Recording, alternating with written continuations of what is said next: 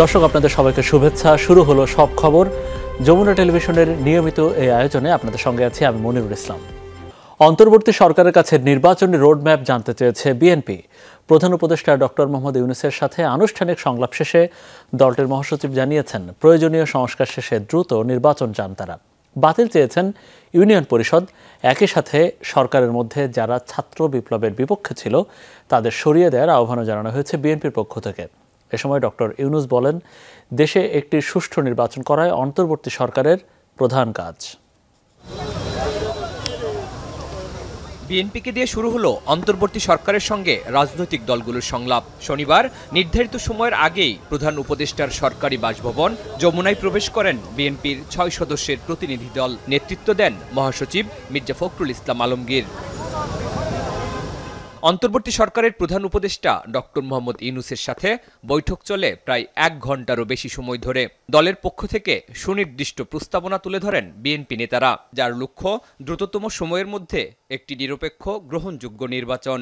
আমরা একটা road map দিতে বলেছি, নির্বাচন কমিশন কবে নির্বাচন হবে সে আমরা একটা রোড ম্যাপ দিতে বলেছি। আমরা এনআইডি কার্ড, যেটা আপনার স্বরাষ্ট্র মন্ত্রণালয়ে স্থানান্তর করার কথা আইন করা হয়েছিল, সেটাকে অর্ডিন্যান্স জারির মধ্যে বাতিল করতে বলেছি। মাস দিনকাল নিয়ে কথা বলি না, উনি আমাদেরকে যেটা বলেছেন যেটা আমাদের ১ নম্বর প্রায়োরিটি, নির্বাচন অনুষ্ঠান তাদের ১ নম্বর প্রায়োরিটি। সংলাপে নির্বাচন কমিশন গঠনের পাশাপাশি দ্রুত বিভিন্ন খাতের সংস্কার কাজ শেষ করার দাবি জানায় বিএনপি। ইউনিয়ন পরিষদ নির্বাচন বাতিল করার কথা বলেছে দলটি। বিচার চেয়েছে শেখ হাসিনা আমলে লুটপাট, দুর্নীতিবাজ আর গুম খুনের সঙ্গে জড়িতদের। অন্তর্বর্তী সরকারের মধ্যেও ২-১ জন আছেন যারা অন্তর্বর্তী সরকার এবং আপনার যে গণঅভ্যুত্থানের বিপ্লবের যে মূল স্পিরিট সেটাকে ব্যাহত করছে, তাদেরকে স্মরণের কথা বলে এসেছি। বিচারপতি খায়রুল হক, যিনি আমরা মনে করি যে নির্বাচন ব্যবস্থাকে ধ্বংস করার জন্য মূল হোতা, তার বিরুদ্ধে আমরা আইনগত ব্যবস্থা নেওয়ার কথা বলেছি রাষ্ট্রদ্রোহিতার অপরাধে। জেলা প্রশাসক নিয়োগ নিয়ে ওঠা অভিযোগ খতিয়ে দেখা, দলীয় বিবেচনায় নিয়োগ পাওয়া বিচারপতিদের বিরুদ্ধে আইনগত ব্যবস্থা গ্রহণ, দুর্নীতিগ্রস্ত এমপি মন্ত্রীরা কিভাবে দেশ ছেড়ে পালাচ্ছে তা তদন্তের দাবি জানানো হয়েছে। সেই সাথে বিদেশে বসে কেউ যাতে অপপ্রচার ষড়যন্ত্র করতে না পারে সে বিষয়ে পদক্ষেপ নেয়ার আহ্বান জানানো হয়েছে অন্তর্বর্তী সরকারের প্রতি। ফ্যাসিবাদী প্রধান শেখ হাসিনা ভারতে আছেন, ভারতের থেকে তাকে কেন্দ্র করে তার মাধ্যমে যে সমস্ত ক্যাম্পেইন চলছে, প্রচারণা চলছে, যে অপপ্রচার চলছে, সেই বিষয়গুলো হতে পারছে এই জন্য যে সে ভারতে আছে। এই বিষয়টাকে ভারতের সরকারের সঙ্গে আলোচনা করার জন্য এবং তাকে ওই অবস্থা থেকে সরিয়ে দেওয়ার জন্য আমরা সরকারকে অনুরোধ করেছি। তারা ভারত সরকারের সঙ্গে এটা নিয়ে কথা বলবে। এছাড়া সাম্প্রদায়িক সম্প্রীতি নষ্ট আর পার্বত্য চট্টগ্রামে অস্থিরতা সৃষ্টিকারীদের বিরুদ্ধে ব্যবস্থা গ্রহণের কথা বলেছেন। অনুরোধ করা হয়েছে দাবিগুলো দ্রুত বিবেচনা করে কার্যকরী পদক্ষেপ নেয়ার। দেশের পরিবর্তিত রাজনৈতিক পরিস্থিতিতে সামগ্রিক প্রেক্ষাপটের পাশাপাশি বিএনপির নানা রকম উদ্বেগ উৎকণ্ঠার কথা অন্তর্বর্তীকালীন সরকারকে জানিয়েছে বিএনপির প্রতিনিধি দল। পাশাপাশি নেতাকর্মীদের নামে মিথ্যা সাজানো মামলা প্রত্যাহার সহ আরও নানা ইস্যুতে তাদের সঙ্গে কথা বলেছেন তারা। তবে সবচেয়ে বেশি গুরুত্ব দিয়েছেন আগামী জাতীয় সংসদ নির্বাচন বিষয়ে। শরীফুল ইসলাম খান, যমুনা নিউজ, ঢাকা। বিএনপির পর একে একে জামাত ইসলামী সহ অন্যান্য রাজনৈতিক দলের সঙ্গে বৈঠক করেন প্রধান উপদেষ্টা ডক্টর মোহাম্মদ ইউনূস। এ সময় জামাতের আমির বলেছেন, নির্বাচনের সংস্কার বেশ গুরুত্বপূর্ণ, তবে অন্তর্বর্তী সরকারের মেয়াদ প্রলম্বিত করা যাবে না। গার্মেন্টস শিল্পে অসন্তোষ ও দুর্গাপূজার নিরাপত্তার বিষয়ে কথা বলেছেন গণতন্ত্র মঞ্চের নেতারা। আবার যাতে ফ্যাসিবাদ ফিরে না আসে সেজন্য সংস্কার জরুরি বলে মন্তব্য করেন অন্য রাজনৈতিক দলের নেতারা। বিএনপির সঙ্গে দীর্ঘ আলোচনার পর প্রধান উপদেষ্টা বৈঠক করেন জামাত ইসলামীর সাথে, যেখানে জামাতের পক্ষে নেতৃত্ব দেন আমির ডাক্তার শফিকুর রহমান।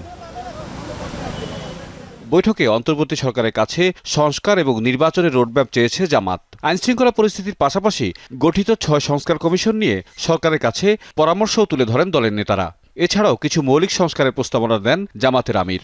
তারা দেশ শাসনের জন্য আসেননি, দেশ শাসনের সুস্থ পথ বিনির্মাণের জন্য তারা এসেছেন। তাদের কাজ হচ্ছে জাতির সামনে যা জাতি বঞ্চিত ছিল পরপর ৩টা নির্বাচনে, জাতির সামনে একটা গ্রহণযোগ্য, সুষ্ঠু এবং শান্তিপূর্ণ নির্বাচন উপহার দেওয়ার পরিবেশ তৈরি করা।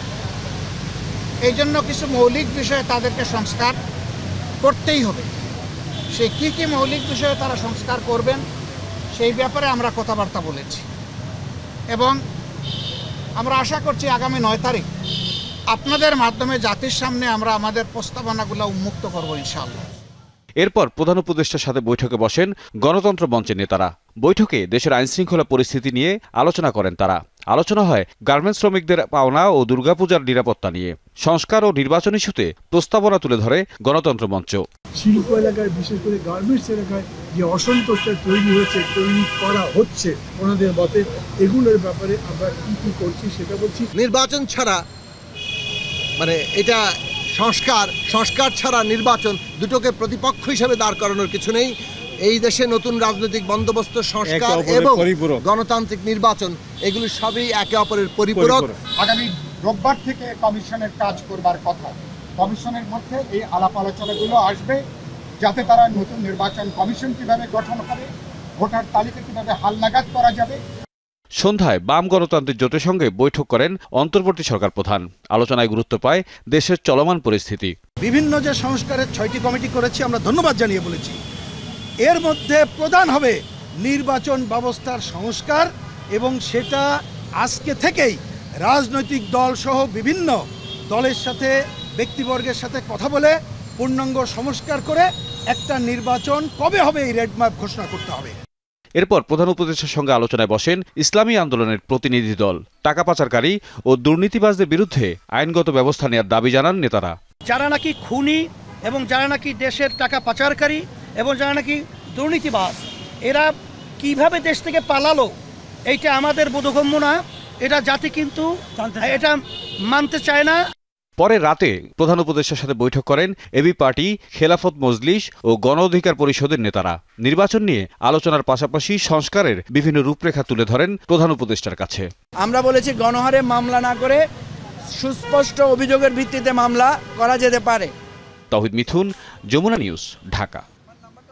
সংস্কারের পাশাপাশি নির্বাচনের প্রস্তুতিও চালিয়ে যাবে অন্তর্বর্তী সরকার।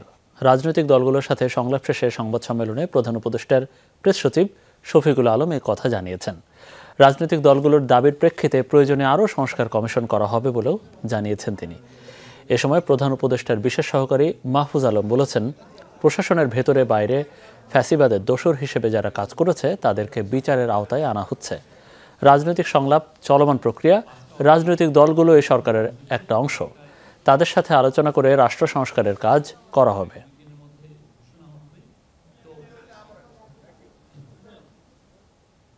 ইলেকশনের কাজগুলো এগিয়ে যাবে। ইলেকশনের প্রস্তুতি, ইলেকশন কমিশন ফরমেশন, এগুলোর যে কাজগুলো সেটা এগিয়ে যাবে, যাতে যখনই কনসেনসাসটা রিচ হলো রিফর্মের ব্যাপারে, যাতে খুব দ্রুত একটা ইলেকশন দিয়ে দেওয়া যায়। তো এখনই আমরা টাইমটা বলতে পারছি না। প্রশাসনের বাইরে দলীয়ভাবে যেখান থেকেই গণহত্যার সাথে জড়িত ছিল এবং ফেসিবাদের দোষর হিসেবে ভূমিকা রেখেছে তাদের সবাইকেই বিচারের আওতায় আনা হবে। ছাত্র জনতার আন্দোলনে শুধু উত্তরা এলাকায় শহীদ ৮২ জনের মধ্যে ২৮ জনের পরিচয় সহ বিস্তারিত তালিকা প্রকাশ করেছে অভিভাবকদের সংগঠন ২৪ উত্তরা, যাদের ১৯ জনের শিক্ষার্থী, আছে ৬ বছরের শিশুও। ২০ সেপ্টেম্বর থেকে এই তালিকার কাজ শুরু করেছে তারা। আহতদের উন্নত চিকিৎসা, নিখোঁজদের সন্ধান আর শহীদ পরিবারের ভরণ পোষণের দায়িত্ব নেয়ার দাবি জানায় সংগঠনটি। এরই মধ্যে আন্দোলনে ১৫৮১ জন শহীদের তালিকা ঘোষণা করেছে বৈষম্য বিরোধী ছাত্র আন্দোলন ও স্বাস্থ্য বিষয়ক উপকমিটি। উত্তরার এই তালিকা তুলে দেওয়া হয় জুলাই শহীদ স্মৃতি ফাউন্ডেশনের সাধারণ সম্পাদক মীর মাহবুবুর রহমান স্নিগ্ধর হাতে।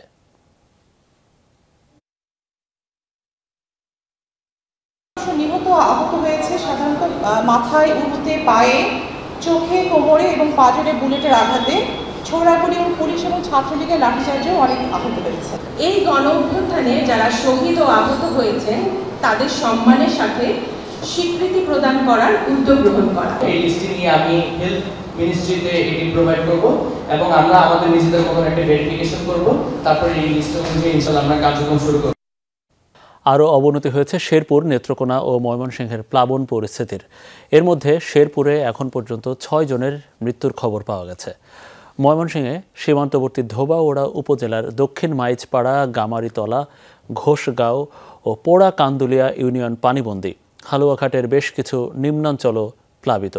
শেরপুরে ঝিনাগাতির পর প্লাবিত হয়েছে নালিতাবাড়ি, শ্রীবর্দী ও শেরপুর সদর।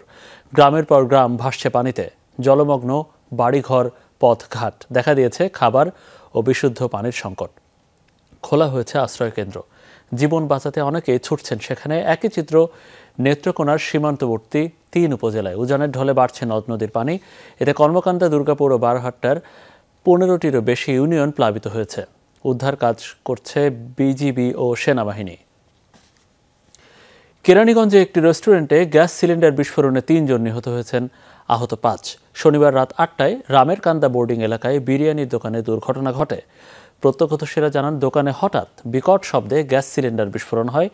এক দোকান থেকে পাশে থাকা আরও 2টি দোকানে আগুন ছড়িয়ে পড়ে। এ সময় আতঙ্কিত লোকজন দিক বিদিক ছোটাছুটি শুরু করে।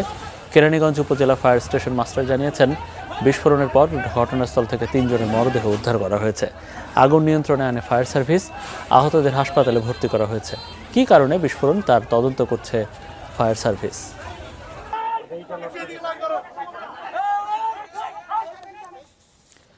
4 দিনের ব্যবধানে রাষ্ট্রায়ত্ত 2টি ওয়েল ট্যাঙ্কারে ভয়াবহ অগ্নিকাণ্ডকে নাশকতা হিসেবে সন্দেহ করছে বাংলাদেশ শিপিং কর্পোরেশন বিএসসি, যাকে রাষ্ট্রীয় জ্বালানি নিরাপত্তা বিঘ্নিত করার অপচেষ্টা বলছেন তারা।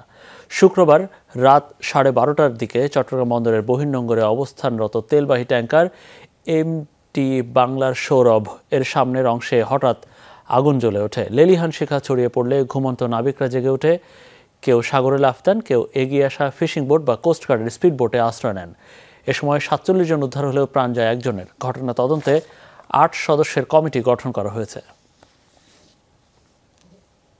ঘটনাটি যদিও একই ধরনের ঘটনা মনে হয়, কিন্তু প্রত্যেকটি অগ্নিকাণ্ডের ঘটনা পৃথক, মানে ওটাকে আলাদাভাবে তদন্ত করার প্রয়োজন আছে এবং তদন্তের পরেই আমরা এটার প্রকৃত কারণ জানতে পারব। দেশের অর্থনীতিকে ধ্বংস করতে পরিকল্পিতভাবে পোশাক শিল্পে অসন্তোষ সৃষ্টি করা হচ্ছে। এই জন্য দাবি আদায়ের নামে একটি চক্র শ্রমিকদের মাঠে নামিয়েছে। এরা বর্তমান সরকারকেও বেকায়দায় ফেলতে চায়। পোশাক শিল্পে বর্তমান সংকট নিয়ে ফোরাম আয়োজিত এক মতবিনিময় সভায় এসব কথা বলেন শিল্প মালিকরা। বক্তারা বলেন, পোশাক শিল্পে শ্রমিক অসন্তোষ হলেও তা এত দীর্ঘদিন চলেনি। এবার সব দাবি মেনে নেওয়ার পরও শ্রমিকরা রাস্তায় আন্দোলন করছে, কারখানায় ভাঙচুর করছে। এর কোনো যৌক্তিকতা নেই। গ্যাস বিদ্যুতের কারণে এমনিতেই সংকটের মধ্যে রয়েছে পোশাক শিল্প। এরপর কারখানা চালাতে না পারলে অনেক মালিকের পক্ষে বেতন দেয়া সম্ভব হবে না। ব্যাংক ঋণের সুদ হার এবং এলসি খোলায় জটিলতা নিয়েও ক্ষোভ প্রকাশ করেন শিল্প মালিকরা। আমাদের গার্মেন্টস সেক্টরকে গত 1 মাস আমরা ফ্যাক্টরি একদিনের জন্য খোলা রাখতে পারি নাই, খুলতেছি বন্ধ করে দিচ্ছে। গত কয়েকদিনে কি হচ্ছে, কোনো কারণ ছাড়া একের পর এক ফ্যাক্টরিগুলোতে আক্রমণ হচ্ছে। কেন শ্রমিক অসন্তোষ? বাংলাদেশের পূর্বেও শ্রমিক অসন্তোষ হয়েছিল, কিন্তু এত দীর্ঘায়িত কোনোদিন হয় নাই। আজকে আমাদের এই ব্যবসা ইন্ডাস্ট্রি চলে যাচ্ছে এবং চলে যাবে। আমরা এই ব্যবসাকে চলে যেতে দিব না। ব্যাংকের সামগ্রিক আর্থিক ফলাফল বিশ্লেষণ এবং বছরের বাকি সময়ের জন্য ব্যবসায়িক পরিকল্পনা প্রণয়নের লক্ষ্যে অনুষ্ঠিত হয়েছে এক্সিম ব্যাংকের ত্রৈমাসিক ব্যবসা উন্নয়ন সম্মেলন 2024। এক্সিম ব্যাংকের প্রধান কার্যালয়ে আয়োজিত এই সম্মেলনে প্রধান অতিথি ব্যাংকের চেয়ারম্যান মোহাম্মদ নজরুল ইসলাম স্বপন জানান, এক্সিম ব্যাংক ক্রমেই অগ্রযাত্রার দিকে এগিয়ে যাচ্ছে এবং ইতোমধ্যেই 450 কোটি টাকার খেলাপি বিনিয়োগ আদায় করা হয়েছে। আয়োজনটি সভাপতিত্ব করেন ব্যাংকের ব্যবস্থাপনা পরিচালক ও প্রধান নির্বাহী মোহাম্মদ ফিরোজ হোসেন। তিনি ব্যাংকিং সেক্টরে চলমান চ্যালেঞ্জ মোকাবেলায় সবাইকে একসাথে কাজ করার আহ্বান জানান।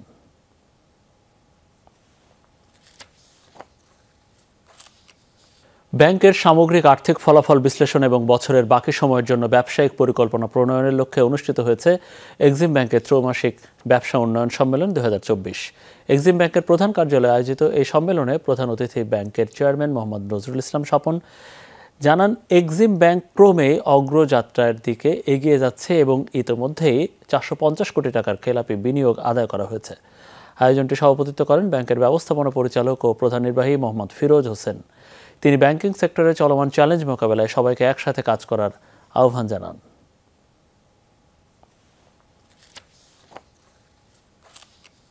নরসিংদীতে ভিক্টর লাইফস্টাইলের 22তম শোরুমের উদ্বোধন হয়েছে।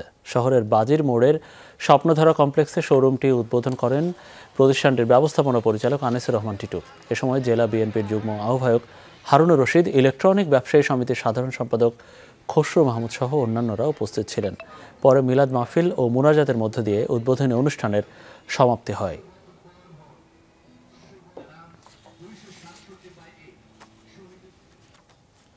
বাংলাদেশ ইলেকট্রনিক্স বিজনেস অ্যাসোসিয়েশনের চট্টগ্রাম বিভাগীয় প্রতিনিধি সম্মেলন অনুষ্ঠিত হয়েছে। শনিবার দুপুরে কক্সবাজারে একটি হোটেলে এই সম্মেলনের অনুষ্ঠিত হয়। সংগঠনের চট্টগ্রাম বিভাগের আহ্বায়ক শাহিন ভুঁইয়ার সভাপতিত্বে সম্মেলনে প্রধান অতিথি ছিলেন সংগঠনের কেন্দ্রীয় কমিটির সভাপতি আবুল কাশেম খোকন। এ সময় বক্তারা বাংলাদেশ ইলেকট্রনিক্স ইন্ডাস্ট্রি সেক্টরে বিগত সরকারের আমলে নানা অনিয়ম, দুর্নীতি, লুটপাটের তদন্ত ও বিরাজমান সমস্যা নিরসনের দাবি জানান। অনুষ্ঠানে সংগঠনের কেন্দ্রীয় সহসভাপতি শামীম হোসাইন, কেন্দ্রীয় সেক্রেটারি ইকরামুল হক পাটোয়ারি, কেন্দ্রীয় যুগ্ম সাধারণ সম্পাদক ইঞ্জিনিয়ার জয়নুল আবেদিন সহ চট্টগ্রাম বিভাগের 2 শতাধিক প্রতিনিধি উপস্থিত ছিলেন।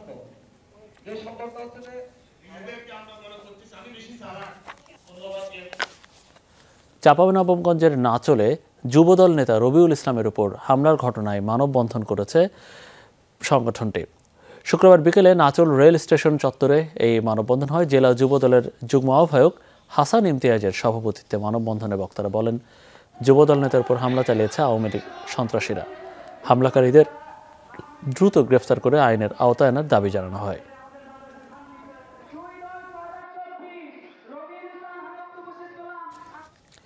প্লাস্টিক ব্যবহার ও ব্যবস্থাপনা নিয়ে কক্সবাজারে হয়ে গেল আন্তঃস্কুল বিতর্ক প্রতিযোগিতা। United Nations Industrial Development Organization UNIDO এবং বাংলাদেশ ডিবেট ফেডারেশন বিডিএফ আয়োজিত প্রতিযোগিতায় কক্সবাজার পর্বের চূড়ান্ত বিতর্ক ও সমাপনী অনুষ্ঠান শনিবার সন্ধ্যায় শহরের পাবলিক লাইব্রেরি শহীদ সুভাষ মিলনায়তনে অনুষ্ঠিত হয়। বিতর্ক শেষে Cox's Bazar model high school champion এবং Baitush Sharaf Jabbaria academy school and কলেজে রানার আপ হয়। অনুষ্ঠানে অতিথি হিসেবে বক্তব্য রাখেন বিডিএফের সাবেক সভাপতি ডাক্তার আব্দুল নূর তুষার ও বিডিএফের সাধারণ সম্পাদক মাহফুজ মিশু। দর্শক, এই ছিল আজকের সব খবরের আয়োজন। এতক্ষণ আমাদের সাথে থাকার জন্য আপনাদের সবাইকে অনেক অনেক ধন্যবাদ।